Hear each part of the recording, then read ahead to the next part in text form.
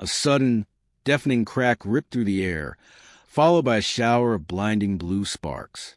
The world, already plunged into the terrifying chaos of a flash flood, seemed to hold its breath.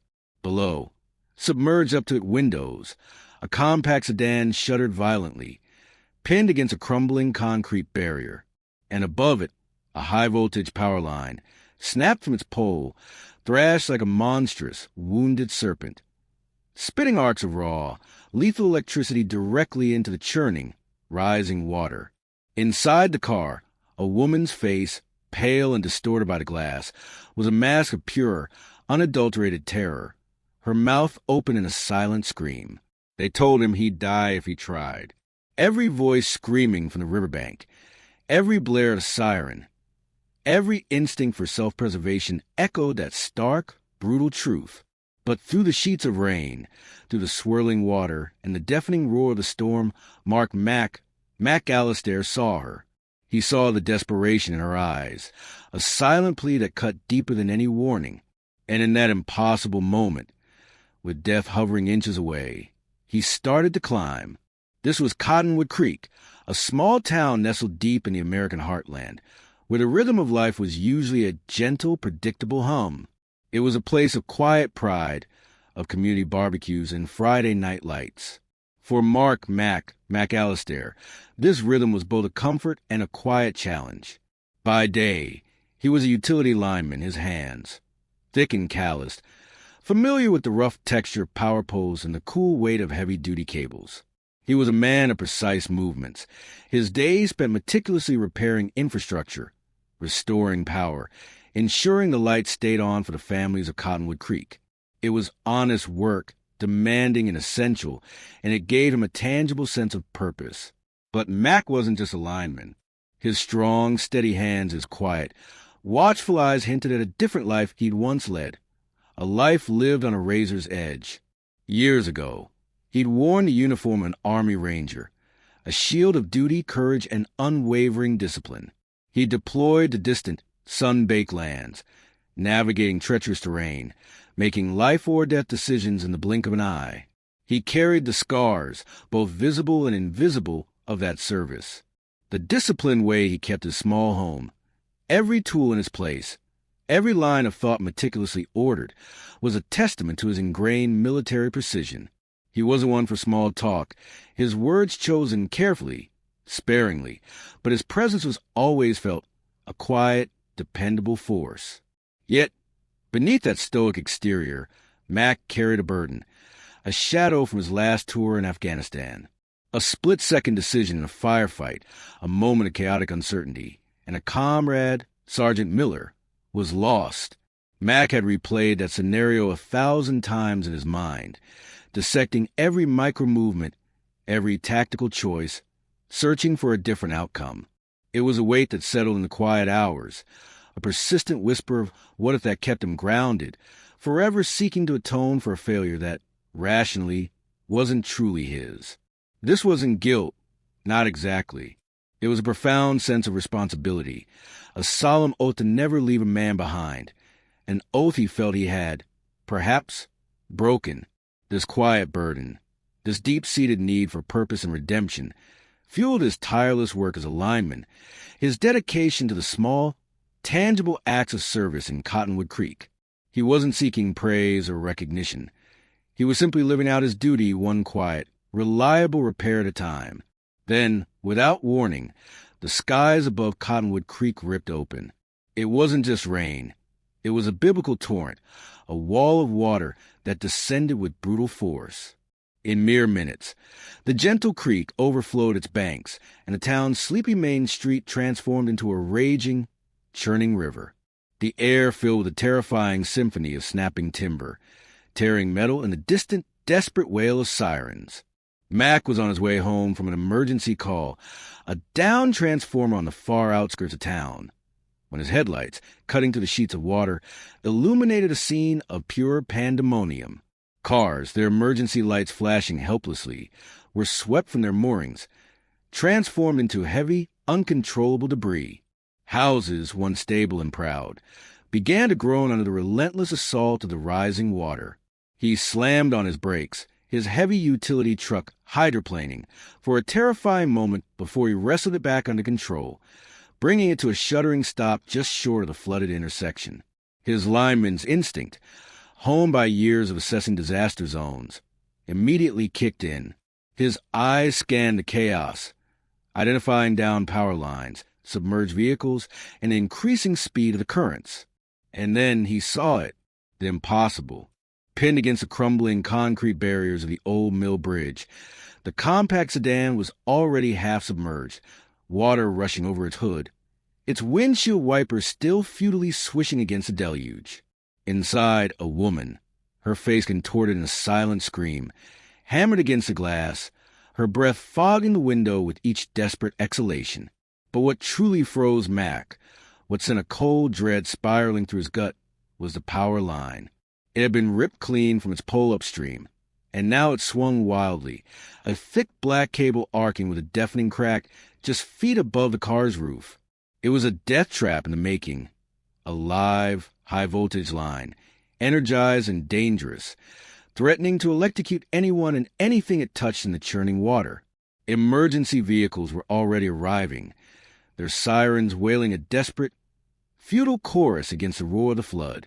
Firefighters and police officers, their faces etched with grim helplessness, shouted commands that were lost in the storm, their voices frayed with despair. "Stay back. It's too dangerous. That line's live. The whole area's charged," they yelled, their arms outstretched, holding back terrified onlookers. Mac's jaw clenched, his knuckles white on the steering wheel.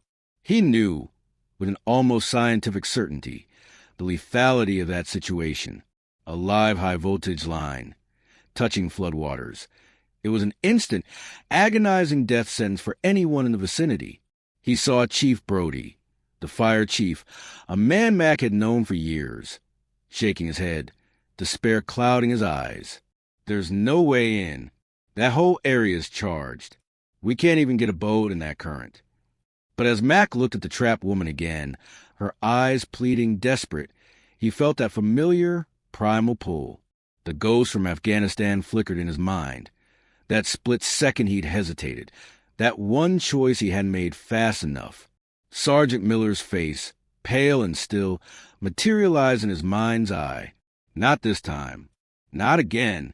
Without a word, Mac threw open his truck door. The torrential rain instantly drenched him, plastering his work clothes to his skin, but he barely registered the cold. He moved with a practiced, almost robotic efficiency, grabbing his climbing harness and a heavy-duty insulated rope from the bed of his truck. He understood the risks, intimately. He'd spent years learning to work with these monstrous wires, understanding their deadly power, respecting their capricious nature. But he also knew their weaknesses, their structural integrity, how they could be manipulated. He ignored the shouts from the bank, the horrified gasps from onlookers. His gaze was locked on the swaying, spitting power line, a living embodiment of pure, unadulterated danger. It was a long shot, a suicidal one by any reasonable measure. But it was the only shot. He found a relatively stable anchor point on a partially submerged oak tree, its trunk battered by the current, but still standing firm. A desperate measure, but the best available in the raging currents. With a powerful heave, he flung the rope, its weighted end arcing through the rain, over the dangling power line. It took him a few tries, the wind and water fighting against him, pushing the rope off target, but finally it snagged. He secured the rope to the oak, testing its hold with his full weight. The line groaned, a metallic shriek that sent shivers down his spine. But it held. He began to climb, hand over hand, his muscles burning, every movement precise, deliberate. The rain lashed his face, blinding him for moments, but he pushed through it, his focus absolute. He felt the cold shock of the water, the relentless pressure of the wind, but his mind was already miles away, locked onto the single objective.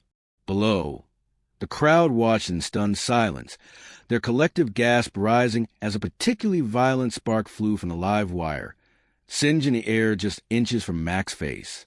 He flinched, a searing heat briefly touching his cheek, but he didn't stop.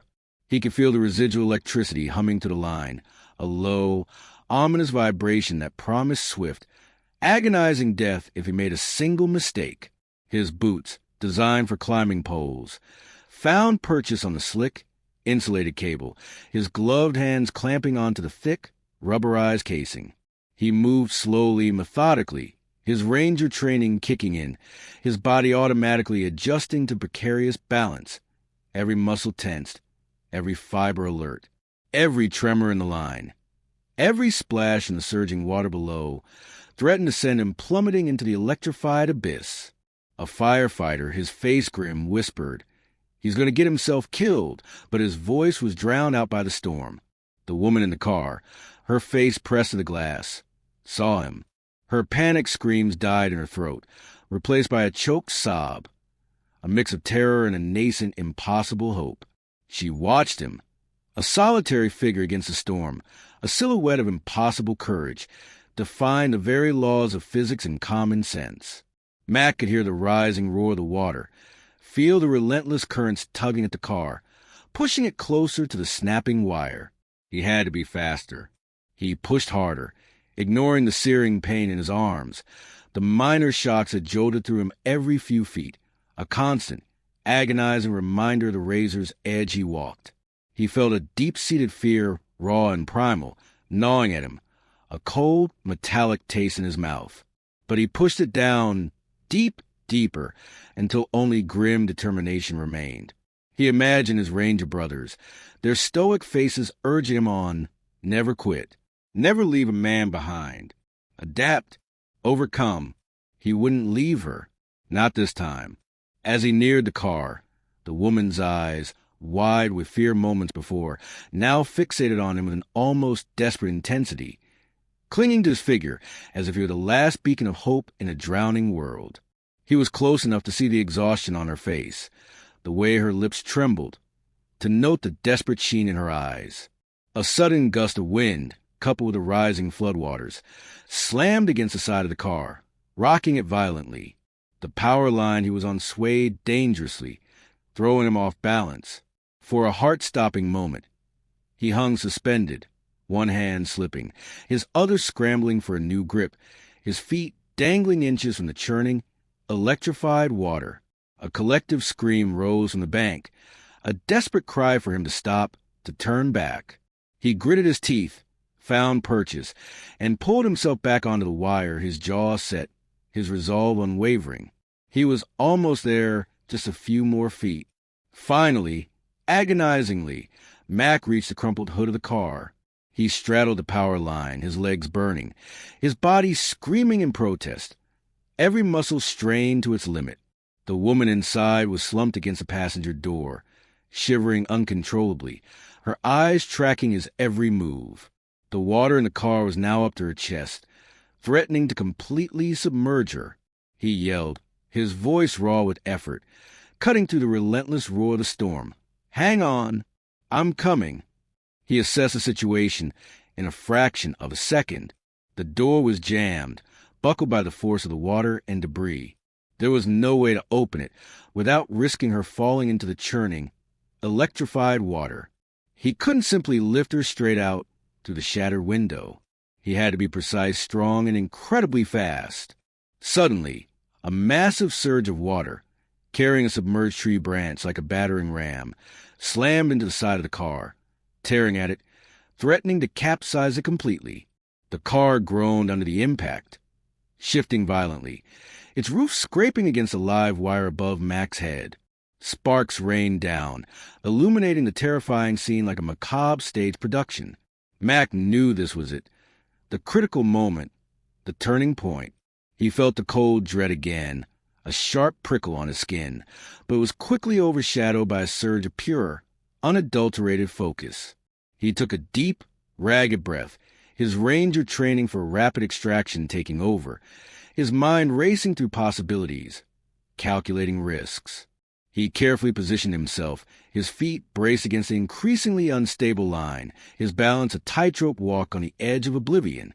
He reached into his utility belt, pulling out a heavy-duty cutting tool, its metal cold and familiar in his hand. With a guttural grunt of effort, He jammed it into the side window, aiming for a weak point, shattering the safety glass with a controlled, powerful blow.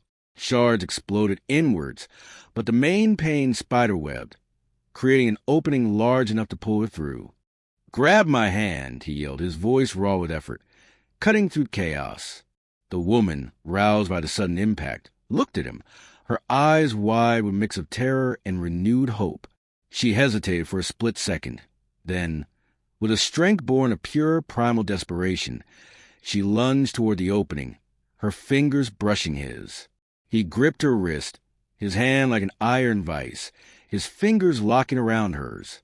Then, with a Herculean heave, Mac pulled. He used the momentum of the cars swaying, the tension in the power line, his own incredible core strength honed by years of demanding physical labor and combat training. He twisted, using every ounce of his powerful frame, pulling her up and out of the submerged vehicle in one fluid, powerful motion, his body screaming in protest. She was soaked, shivering, but she was out. He pulled her against his chest, securing her tightly with one arm, his other hand still clamped onto the swaying, electrified line, anchoring them both to their precarious lifeline.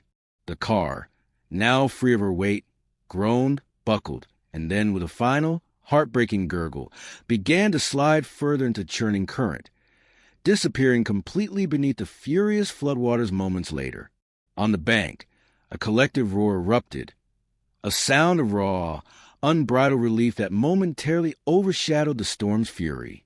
Firefighters, who moments before had been yelling desperate warnings, now cheered, their faces streaked with tears and rain, their fists pumping the air.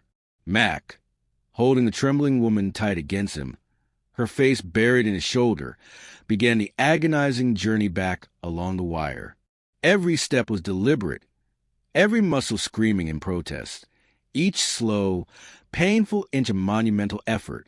He moved slowly, carefully, his focus solely on keeping them both safe. The woman clung to him, her sobs muffled against his rain-soaked jacket, her slender arms locked around his neck. He could feel her shuddering breaths against his skin, the frantic beating of her terrified heart against his chest, a palpable testament to the life he had just saved. When he finally reached the relative safety of the riverbank, strong, steady hands reached out, pulling them both to solid ground. The woman, once free, collapsed in the arms of the waiting emergency responders, her legs giving out, tears streaming down her face as she looked back at Mac, her rescuer. "Thank you," she choked out, her voice barely a whisper, but filled with profound, overwhelming gratitude that echoed across the roaring water. "You saved me.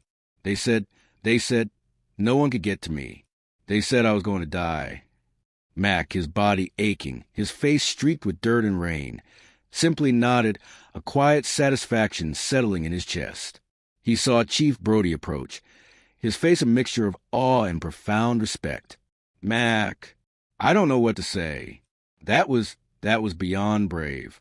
It was heroic."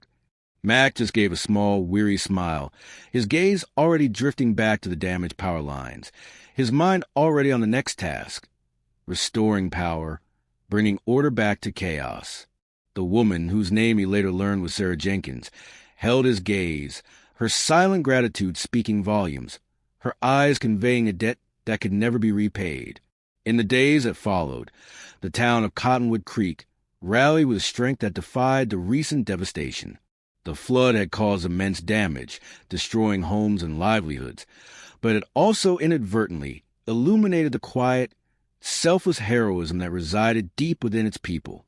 Sarah Jenkins, the woman Mac saved, became a fierce advocate for community preparedness, her near-death experience fueling a new, vital purpose. She organized volunteer efforts, tirelessly worked to establish a local fund for flood victims, and always spoke of the man who had climbed the impossible wire to save her, her voice filled with awe and admiration. Mac, true to his nature, shunned the spotlight. He was back to work almost immediately, his familiar routine providing solace, the hum of the power lines now carrying a different resonance, a deeper meaning. The town rebuilt, slowly but surely, their resilience a testament to their enduring spirit. But something had shifted within Mac.